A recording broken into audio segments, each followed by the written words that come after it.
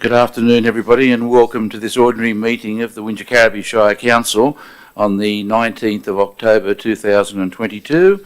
Acknowledgement of country. Wingecarribee Shire Council acknowledge the Gundungurra and Tharawal people as the traditional custodians of this land we now call Wingecarribee Shire. I pay my respects to elders both past, present and emerging. I would also extend that respect to all Aboriginal and Torres Strait Islanders present here or watching today. Statement of ethical obligations. As Administrator, I will undertake the duties of the Office of Administrator in the best interests of the people of the Wingecarribee Shire area and to act faithfully and impartially carry out the functions, powers, authorities and discretions vested into me under the Local Government Act 1993 and any other act to the best of my ability and judgment. I am committed to the declarations of interest. I'm committed to the declaration of conflicts of interest in relation to items listed for consideration on the agenda or which may be considered at this meeting in accordance with the Code of Conduct and Code of Meeting Practice.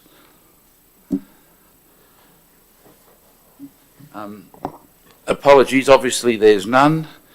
General Manager, I was remiss at the last meeting in not welcoming the new Director of Communities and Place, Aidan Davis. You've got a big job ahead of you, but I know you come to the Southern Highlands with your eyes wide open. So I wish you all the best in your time at the Council. Minutes. I would move that the minutes of the ordinary meeting of Council held on Wednesday 21 September 2022 be adopted as a correct record of the proceedings of the meeting and declare that carried. I now move that the minutes of the extraordinary meeting of Council held on Tuesday 11 October 2022 be adopted as a correct record of the proceedings of the meeting and declare that carried. Declarations of interest, General Manager. There are no declarations of interest, Mr. May. Thank you. There is no administrator minutes, which means we go to the matters listed for consideration. The first item being number 8, Wingecarribee Regional Economic Development Strategy. General Manager. Thank you, Mr. May. The Executive Manager Strategic Outcomes, Mr. Park, will introduce this item. Thank you. Thank you, General Manager. Mr. May, this report relates to the draft update to the Wingecarribee Regional Economic Development Strategy, which is currently on exhibition. So by way of background, in 2018, the Department of Regional New South Wales prepared what are known as Regional Economic Development Strategies for each of the 38 functional economic regions. We're somewhat unique in that we are our own functional economic region and therefore we have our own regional economic development strategy. And the intention of these strategies is to identify challenges and opportunities and importantly to guide government investment to support economic development within the regions. But as I'm sure you're aware, a lot has changed since 2018, so these strategies were prepared before bushfires, floods, droughts and more recently COVID. So there's a need to update the strategy to reflect what has changed over the last couple of years and to refocus government in terms of economic development. It's important to note that it's not a new strategy, it is just an addendum and an update to the existing strategy, and Council are generally supportive of the update. There are a couple of things that we would like to see included in the strategy which are detailed in the report, and particularly a broader focus on education. We see higher and tertiary education as really critical to not only economic development but to having a diverse population in the future, as well as the need to focus on infrastructure is really critical as an enabler to unlocking economic development. Thank you, and look, thank you very much for giving me a copy of the submission that was going to be tabled at the meeting. It just makes my job a bit easier if I can read it well before the meeting. And I totally agree with what you and your team are putting forward, which I think warrants a change to the recommendation. And if I'm incorrect, someone will no doubt tell me. But I think you can take number 2 out now and amend number 3, the Council's submission on the draft Wingecarribee Regional Economic Development Strategy 2022 update, dated 17 October, be endorsed. Have you got that?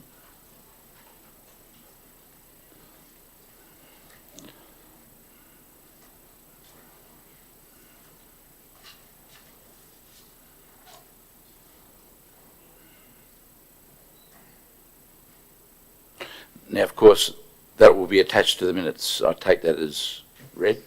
Yes, Yeah. it's been provided and will be attached to the minutes.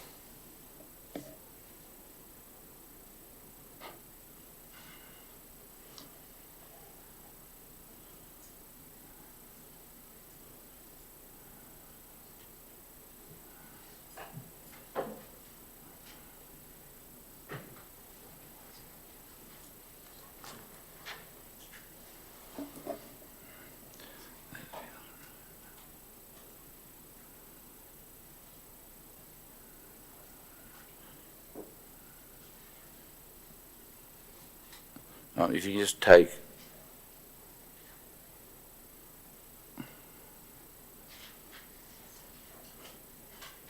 if we can go back to the other, please.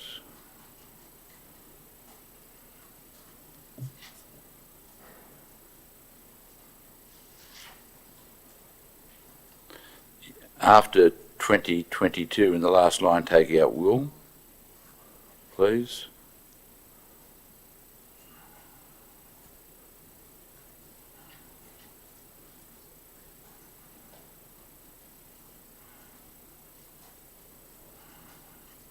I declare that carried. The next item relates to the Audit, Risk and Improvement Committee Annual Report. I note that Mr Horn, the Chairman of the Audit and Risk Committee, is with us today. I would move the suspension orders, the standing orders be suspended in order for the Chair, Mr Stephen Horn, of the Audit, Risk and Improvement Committee to address Council on item 9.1, Audit, Risk and Improvement Committee Annual Report, and declare that carried. Mr Horn. Thank you, Mr May.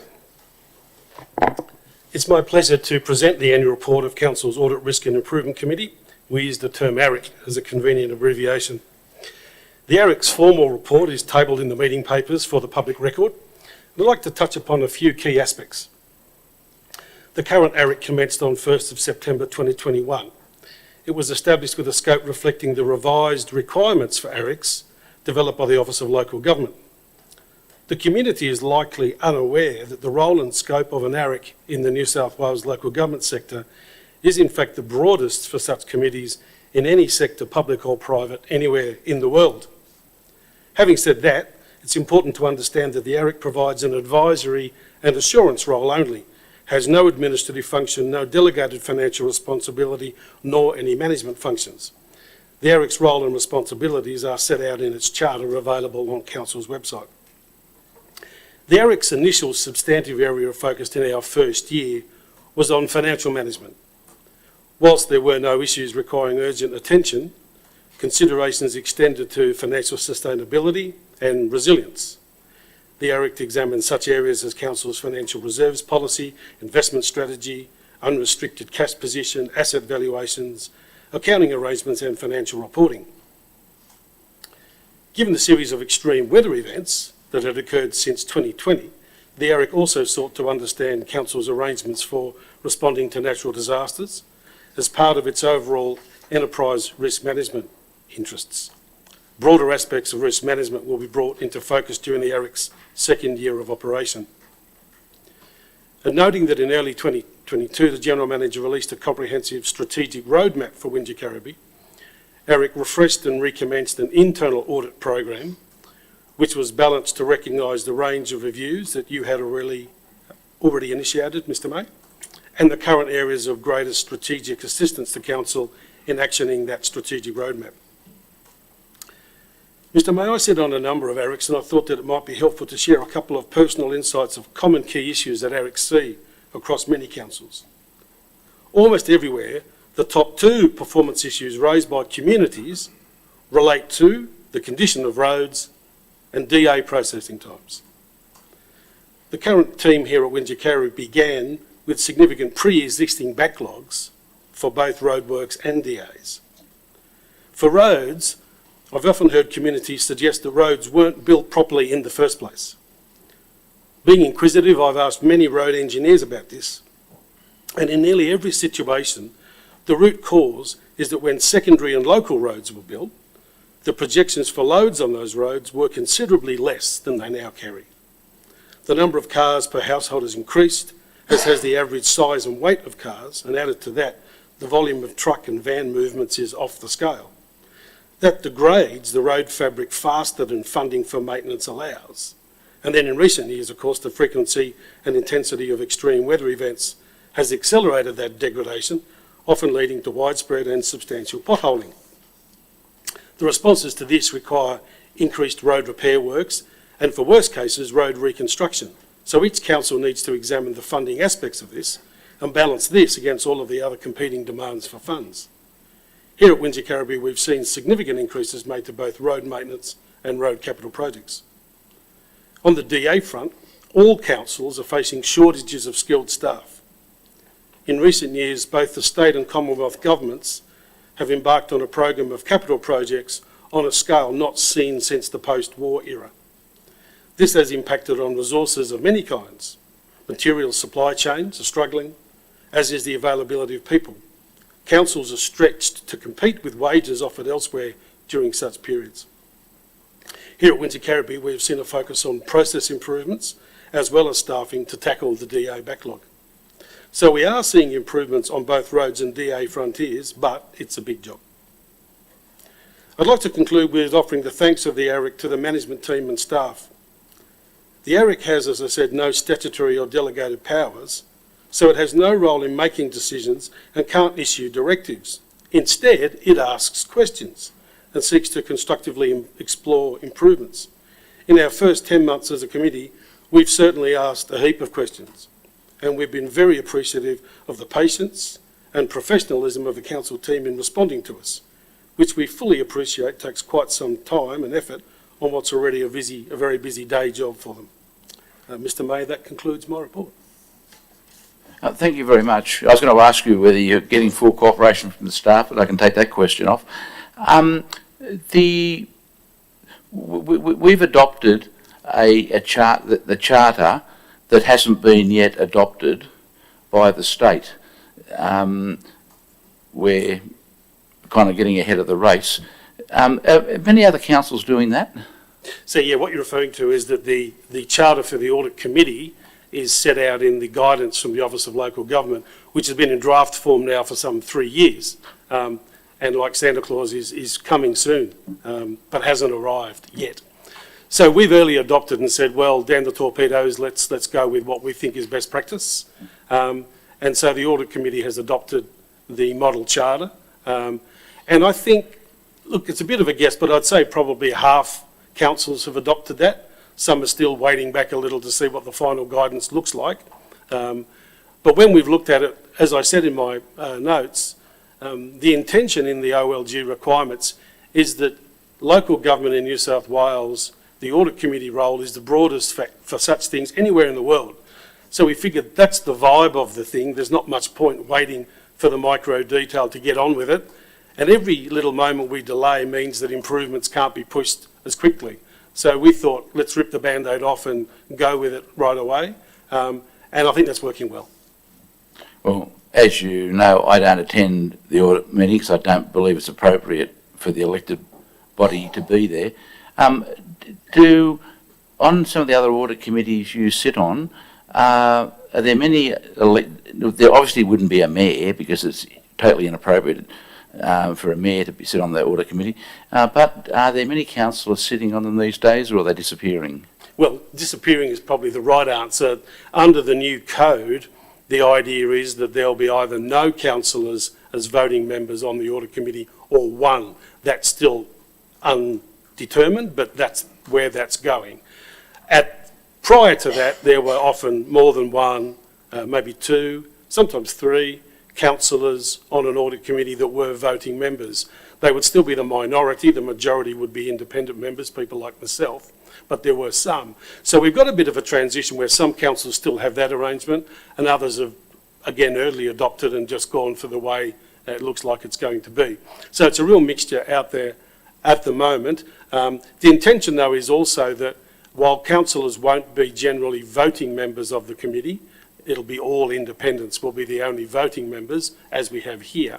The councillors are still welcome to attend as observers. So there's no intention to shut councillors out of the process, but that they would be observers of the meeting and so could see what's going on, but not actually voting members in the detailed processes. And that's what we expect to be the rule once the new guidelines actually are formally issued. Well, I take a slightly different view. Having in another life sat on many audit committee meetings, I think they are much more open for the staff to be totally upfront in relation to what is occurring if there are no councillors in attendance. But my reading of the new rules is that the audit committee might be able to invite a councillor. Correct. Yeah, They thank allow you. that provision. Yeah, Yeah. thanks. And again, we're still a little uncertain because the Office of Local Government hasn't issued the final guidance, and this matter was one that there was quite a lot of debate about, as you might imagine. So I think that's still stuck in the works somewhere, and we wait with great anticipation to see the final version. Don't hold your breath. I think it's been going on since, well, before I retired. It's had they were several talking about birthdays, it, yeah. yes. I shouldn't say before I retired, no, before I left employment as a general manager. Okay, thank you very, very much for your report, and if you could pass on my compliments to the rest of the members of the audit committee for the job you're doing, and I think you're seeing firsthand the complexity of, in effect, rebuilding a council. Indeed we are, yes. In relation to item 9.1, I would move the officer's recommendation as outlined on page 12 of the business paper and declare that carried. And if you want to head off. Thank you, Mr. May. Thank you. Okay, next item is item 9.2, the Bowral Sewage Treatment Plant. General Manager. Thank you, Mr. May. Manager Project Delivery. Mr. Tripkovic will introduce this item. Thank you. Thank you, General Manager. Mr. May, the purpose of this report is to present the evaluation of the request for tender for the Bowral Sewer Treatment Plant. The current Bowral Sewer Treatment Plant was last upgraded in 2006 and is now operating at near design capacity. This upgrade is required to provide treatment capacity to meet current and future population demands, improve process and operational performance, and provide treatment infrastructure to meet environmental objectives from the regulator, being the New South Wales Environmental Protection Agency. The tender was advertised from 1st of March 2022 to 24th of May 2022. A total of 2 tender submissions were received, of which both were conforming in relation to the mandatory criteria. All tenders were considered in accordance with the Local Government Act, the regulations and Council's procurement guidelines. An external probity advisor was engaged to oversee the tender and will continue through the process. Both submissions demonstrated understanding of the requirements with comprehensive experience in the execution of similar projects. It is to be noted that both tender submissions are well in excess of the allocated budget. Council undertook a pre-tender estimate and the prices received reflect the current overheated and volatile market, which has been widely reported as impacting the prices of larger scale infrastructure projects across Australia. This volatility is likely to be a reaction to the lingering COVID-19 impacts affecting currency fluctuations, supply chain logistics issues, inflation uncertainty, material cost increases, fuel prices and skilled labour shortage. Investigations have been undertaken with the principal design consultant to attempt to de-scope the design, but given the strict effluent discharge conditions, realistic and potential savings would only defer the shortfall and would likely escalate costs even further. It is therefore the recommendation that Council decline all tenders and enter into negotiations as outlined in the report, as per the local government regulations, to determine causes of pricing discrepancies with the view to enter into a contract and obtain a suitable value for money outcome.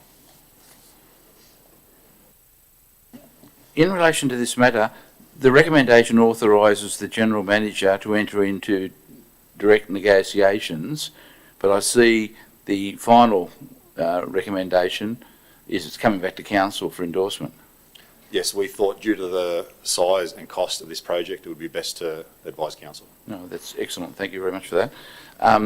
And the external probity advisor, Walter Associates or something, is it? Correct? Yes. They'll hold your hand as you go through this process. They will guide us through the whole negotiation process, yes. Thank you very much. In relation to item 9.2, I would move the officer's recommendation as outlined on page 26 of the business paper, 1, 2, 3 and 4, and declare that carried. Next item is 9.3, the Register of Returns. Thank you, Mr. May. The Manager Governance and Corporate Performance, Ms Lidgard, will introduce this item, and at the conclusion I will table the disclosures of interest. Thank you, General Manager.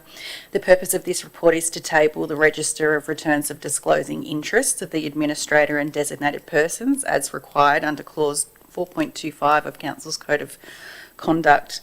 The completed returns will be published on Council's website and will be made available on request for inspection in accordance with the Open Access provisions of the Government Information Public Access Act of 2009. Residential addresses and signatures will be redacted from the returns made available in these ways to protect the personal information of the Administrator and designated persons. Thank you. General Manager, you're going to table? I will, Mr. May. So as outlined by the Manager Governance and Corporate Performance, we table the returns and they will also be uploaded onto Council's website as per the requirements. Thank you. Thank you. In relation to item 9.3, I'd move the officer's recommendation as outlined on page 36 of the business paper and declare that carried. Item 9.4, Highlands Fest. General Manager. Thank you, Mr. May. Back to the Manager Governance and Corporate Performance. Thank you. Thank you, General Manager. In April 2022, the Department of Regional New South Wales announced a $25 million Reconnecting Regional New South Wales community program. The program aims to reconnect communities and facilitate economic recovery in the local area. The funding stipulates that the event must be held before the 31st of March 2023. Under this funding program, Council has been allocated just over $287,000 to hold a signature event. In line with the funding proposal to the Department of Regional New South Wales, Council will hold a large-scale free community event at Bong Bong Racecourse. The aim of the event is to celebrate the Shire with a full range of program of events, including local producers, local business stores, local service groups and entertainment. As a part of the event planning, a survey was distributed through Your Say Wingecarribee in late August to invite community feedback on some aspects of the event, including the event name, the preferred day and month of the event, and also to seek community interest in involvement in ways such as stallholder, volunteer, entertainer, or to assist in other ways. 94 responses were received, and as a result of the community feedback, the community event is named Highlands Fest and will be held on Saturday the 4th of March at Bong Bong Racecourse. If it's dry. I note on page 41, a working group will comprise internal and invited external members who can add value, expertise and experience. The external members, how will you be calling for people of interest or? We have approached the Bong Bong Race Committee and asked for a representative there where they can provide advice on the venue. But we've also reached out to the person that coordinated the fire aid event that was held following the bushfires to seek their input in sort of advice around the event as well. So it's two externals and an internal representation as well. A young person? Can you just give it some thought? We will give some thought to that, definitely. Maybe the Citizen of the Year or Yep. someone like that. It's just, I don't think it hurts. Not everyone in the community is old. We will give some Just thought because to you're young that. doesn't mean you haven't got an idea. Okay, in relation to item 9.4, I'd move the officer's recommendation as outlined on page 39 of the business paper, 1 and 2, and declare that carried. Next item is 9.5, the Christmas tree survey. Thank you, Mr. May, and again to the manager, governance and corporate performance. Thanks, Thank you, Daniel. General Manager. This report presents Council the outcome of the consultation regarding the expenditure of $42,000 from the 22-23 Christmas budget, and also provides an overview of Christmas in the villages for 2022. So in May 2022, Council resolved that as a part of the budget, that we would provide just over $103,000 to funding Christmas celebrations across the Shire, also funding village associations to hold Christmas events, and also $15,000 was provided to the Corbett Gardens Festival of Lights. Council also resolved that the General Manager enter into discussions with the business Southern Highlands and Moss Vale and Rural Chamber of Commerce in relation to the utilisation of the $42,000 prior to undertaking further community consultation on the matter. Following feedback from the business chambers, a community survey was conducted through Your Say Wingecarribee from the 10th to the 24th of June. Survey respondents were asked to indicate their preference for the use of the $42,000, and there were two options. Option 1 was the rental of 3 Christmas trees to be placed in Mittagong, Moss Vale and Barrel. Option 2 was that there would be no Christmas trees in the 3 towns, and the funds would be put towards other Christmas elements that would be considered. We received 264 survey responses. The survey results indicated that 61% preferred the rental of the trees in the 3 main towns. 39 respondents preferred the funds being put towards Christmas elements. As a result of the survey, Council will now expend $42,000 to hire Christmas trees to be placed in Mittagong, Barrel and Moss Vale for the month of December. Your Say Wingecarribee, you've got to go to our website and be in the know to start that process? We have quite a number of registered users. Just off the top of my head, it's just about 3,500. But then we use other means to promote the opportunity to have your say. So Council's newsletter also provided an update that survey was available. Also on Council's website, our community update provided information and also social media posts. Look, I think $42,000 is a lot of money to rent 3 Christmas trees, but Christmas trees are Christmas. I'm just hoping we can have a more thorough, if that's the word, consultation next year. I think, well, residents must know because we told them it was $42,000 for the 3 trees, but you know that I suppose a council is not all bricks and mortar. So anyhow,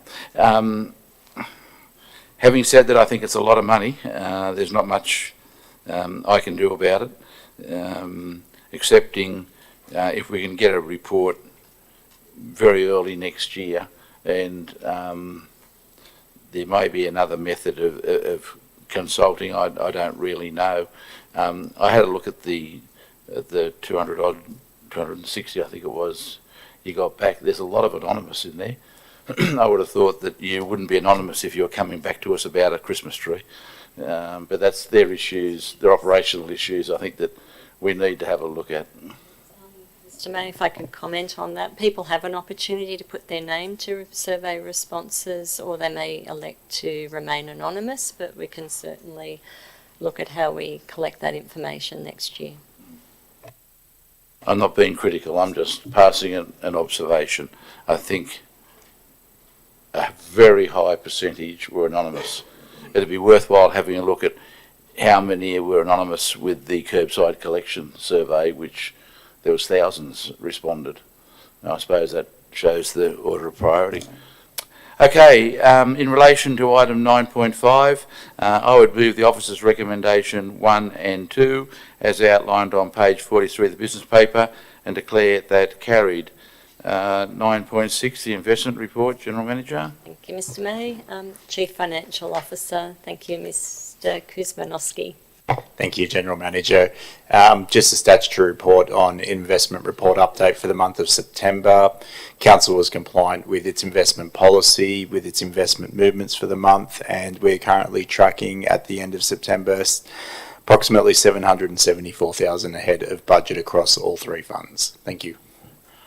And that variance, there'll be a year on year with the quarterly financial statement, your estimate of what the additional funds will be. Correct. And we've already decided you'd look at some other options to prioritise some works that are already in the system.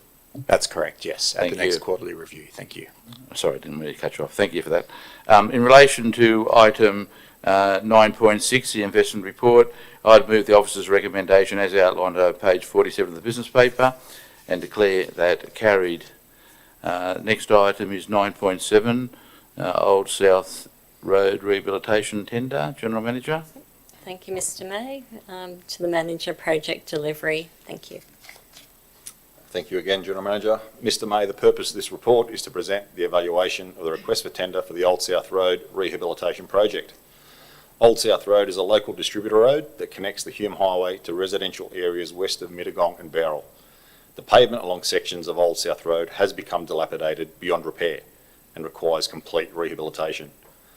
With the assistance from a combination of federal and state government grants, Council proposes to rehabilitate and implement safety measures to 9.7 kilometres of the road, from Merrigang Street in Bowral to Almerton Road in Mittagong. The tender was advertised from 9th of August to 13 September 2022. A total of 4 tender submissions were received, all of which were conforming in relation to the mandatory criteria. All tenders were considered in accordance with the Local Government Act, the regulations and Council's procurement guidelines. An external probity advisor was also engaged to oversee the tender process and manage probity in procurement, with the advisor's report attached to this paper. Tender pricing ranged from $11.56 million to $15.94 million. All the submissions demonstrated an understanding of the requirements and comprehensive experience with road construction and rehabilitation of similar-sized projects. The preferred tenderer has demonstrated the skills, experience and understanding to complete the works as outlined in the documentation. The Tender Evaluation Panel have recommended that Council accepts the tender from Stefanuti Constructions Proprietary Limited and be awarded the Old South Road Rehabilitation Project. You haven't included the name of the successful tender in your recommendation. Thank you, Mr. May. I picked that up yesterday as I was preparing my introduction notes and advised the governance team as such. Or I've got to change too, but let's come back to that in a second. How long's, it's a lot of money you're spending. What's the length of the time for the works? The programs we have seen thus far indicate about a 12-month construction. Will the road be closed on occasions, or? The current construction methodology suggests that the road will be open in some form or another for the entire project, under traffic control conditions, obviously. Yeah. Look, so we get ahead of the race. How do we get that publicised, the fact that the road's not going to be closed while this is going on? You might want to give some thought whether you want to get one of those boards, just for a couple of weeks, that we accepted a tender, that a tender's been accepted, but work will take. You tell a different story, because I think that a lot of people use that road every day. Yeah, I think variable message boards along the route would be the best alternative. But the road won't be closing, and I think the people associated with Station Street have done a fantastic job. How that road hasn't closed with the work they've been doing amazes me. But a lot of work at night, I know. There has been. Yeah. Anyhow, look, and can I suggest number 5 to take up what's written in the business papers, that number 5, as the project proceeds, item 4 be the subject of further information and report to council. You're saying that with the money you've got, with the tender you've got, you think you can do more, but let's take a deep breath before you commit. That's Is that pricing it down? Absolutely correct, Mr. May. Yeah. The project does come with some element of risk considering the road conditions and subgrade that exists out there. So once we feel we're over that hump, we will look towards scoping and adding additional works as necessary. Yeah. Okay. So if you're happy with 5, what I'm suggesting? Yep, perfect. Okay. In relation to item 9.7, Old South Road rehabilitation, I would move the officer's recommendation, adding the actual successful tenderer into 1, and then 1, 2, 3, 4 as on the business paper, and a new 5 as the project proceeds. Item 4 with the subject of further information and report to council, and declare that carried. Thank you.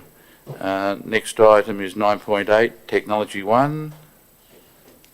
Thank you, Mr. May. So the Chief Information Officer, Mr. Crawford, will introduce this item.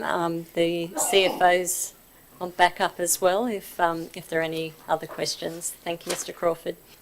Thank you, General Manager. The purpose of this report is to advise Council of the outcome of the direct negotiations carried out in line with the resolution of Council on the 17th of August 2022. Council appointed an independent probity advisor, being Mr. Mitchell Morley of Inconsult. In addition to the appointment, Marsden's Law Group was appointed to review the contractual terms of the contract, and Atura Business Solutions was engaged to ensure the offer presented to Council was commercially sound and in the best interest of Council and the community. Following the above appointments and relevant conflict of interest and non-disclosure agreements being signed by all parties, Council entered into several meetings with Technology One. For the purpose of transparency, the contracts were reviewed and recommendations and changes made in line with legal advice throughout the negotiation period. This was very clearly seen as not being a pre-drawn conclusion of an agreement, but to ensure the agreement reached, should an agreement be reached, we would be in a position to execute the contracts prior to the 30th of September 2022. On the 8th of September 2022, Technology One supplied Council with its best and final offer. Following internal document review, these were passed to Atura Business Solutions for a final commercial review. Council was offered to lock in CPI at a rate of over 5% per year for the term of the contract. Given the current issues with inflation, this was rejected by Council. CPI will instead be set in line with the All Consumer Price Index for a 12-month period, most recently published by the Australian Bureau of Statistics prior to the relevant anniversary date.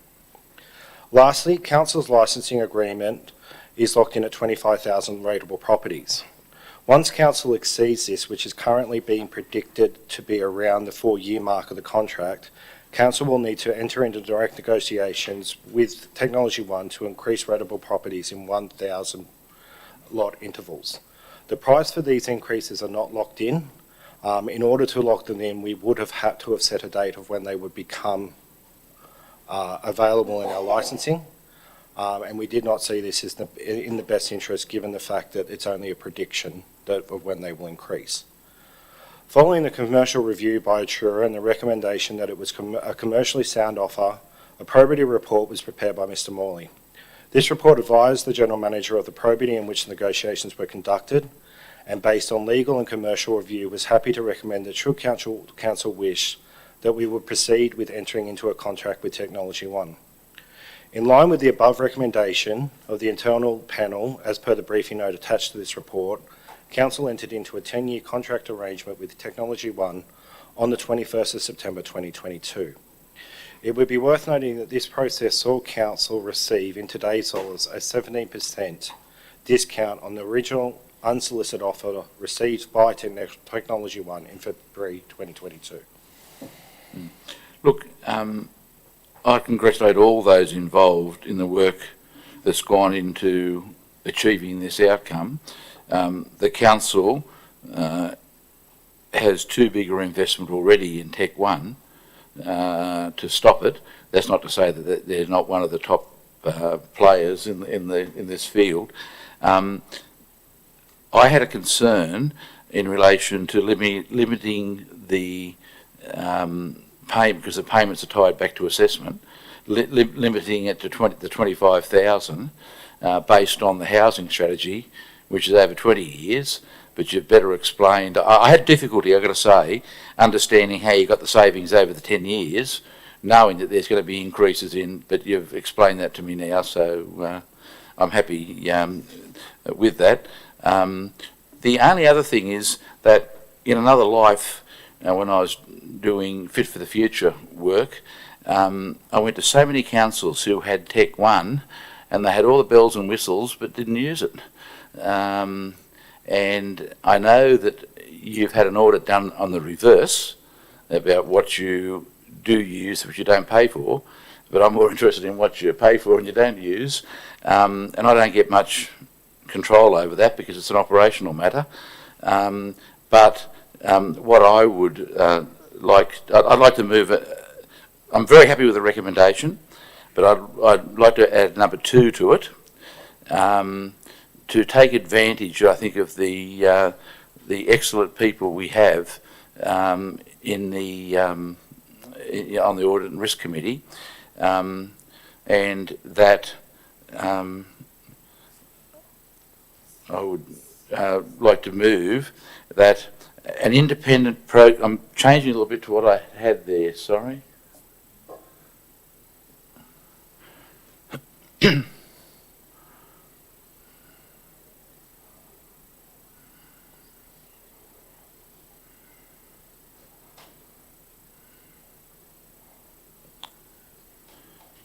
Okay, I want to change that to an implementation progress report be included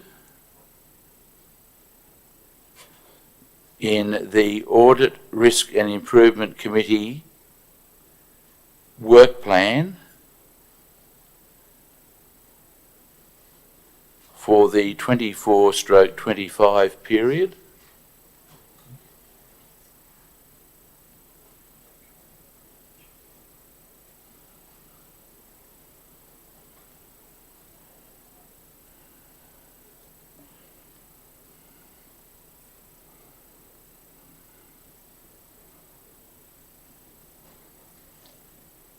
Including a survey of council staff usage.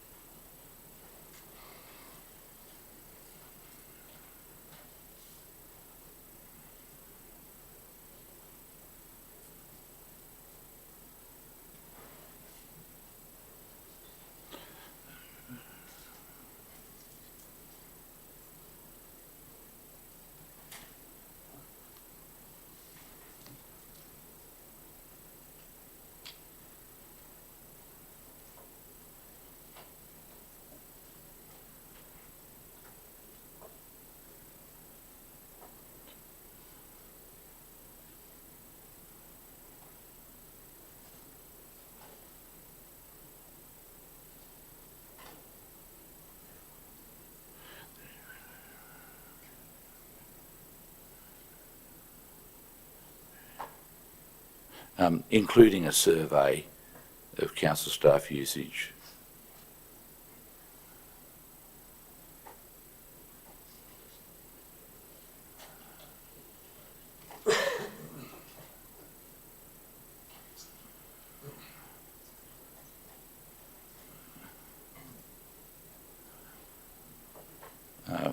Fabulous. In relation to that item, I would move the officer's recommendation as outlined on page 61 of the business paper, including a number 2, and implementation progress report be included in the Audit Risk and Improvement Committee work plan for the 24-25 year, including a survey of council staff usage, and declare that carried. 9.9, the Audit Risk and Improvement Committee. We should have kept him here. We could have asked him some questions. Page 78. General Manager. Oh, there's no one introducing that. Okay.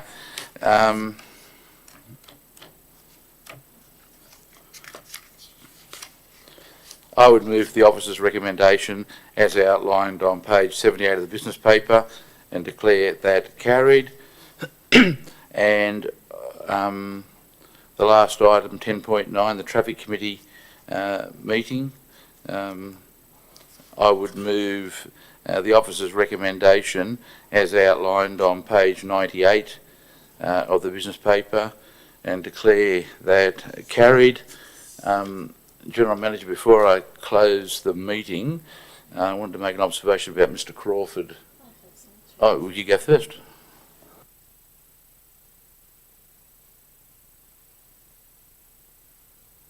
If you like.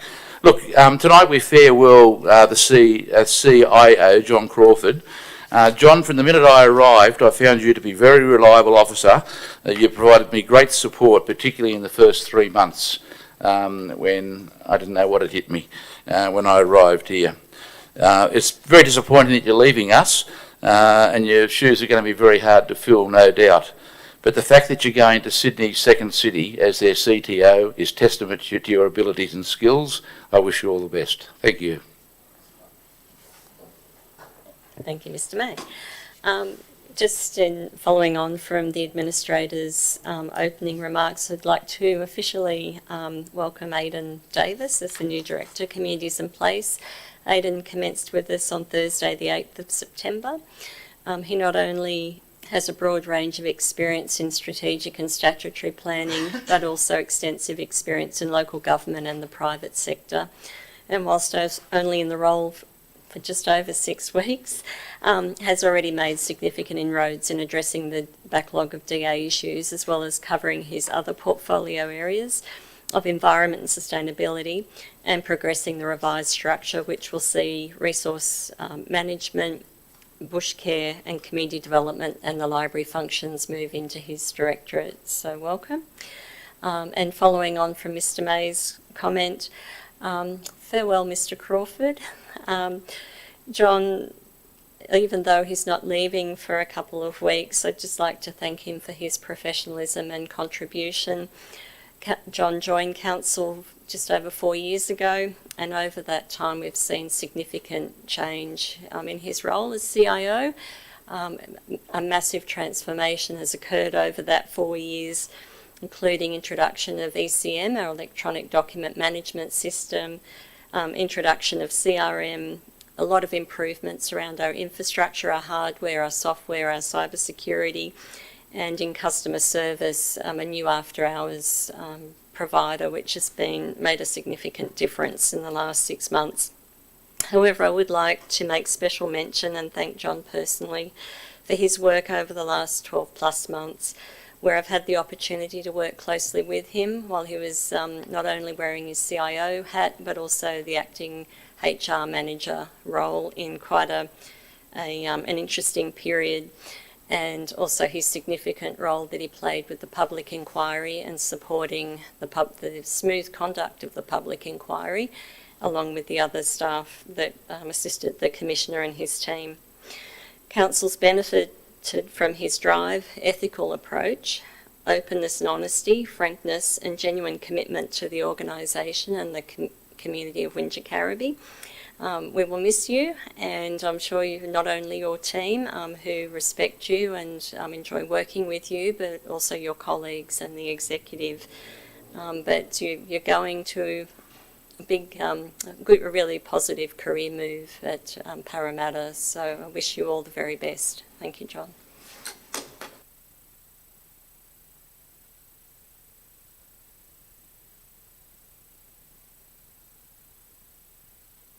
With your permission, Mr. May.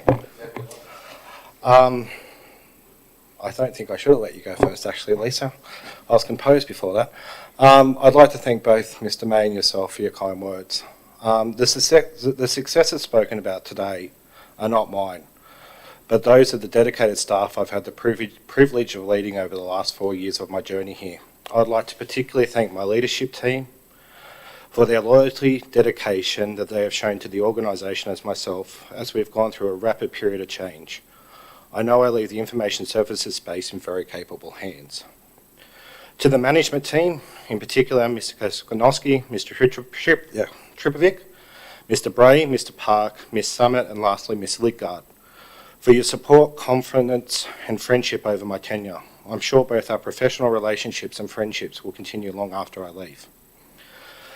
Lastly, to the executive team, current and previous, in particular Ms. Campbell and Ms. Foster, for the opportunities and trust that you have placed in me over the last 15 months.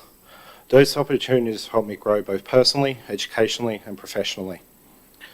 The decision to leave council was not an easy one for me to make, and though both Ms. Campbell and Ms. Foster tried to convince me to stay, I appreciate their understanding that the decision was in the best interest of myself and my family. I would also like to thank them both for their guidance and counsel they have offered me as I prepare to take on a much larger role. Mr. May, I'd like to thank you for your support over the last 15 months. This is my second time in my administration, and I mean no disrespect, I hope my last. I look forward to continuing to watch Windsor Caribbee's success from the sidelines and willing to provide any support I can in the future. Thank you. Yeah, look, thanks very much, John. And as you can see, you're going to be missed, and thanks to you for those kind words. We know that it's a team effort. It's just not one or two people, and that's the plan, to get everyone in partnership working together as one big team for the betterment of this community. Before I close the meeting, I'll just say that in relation to development matters, I've asked the General Manager if there can be a report, a status report to the next meeting of where it's all up to. There is progress being made, but it's not easy. Okay, in relation, declare the meeting closed. Thank you very much.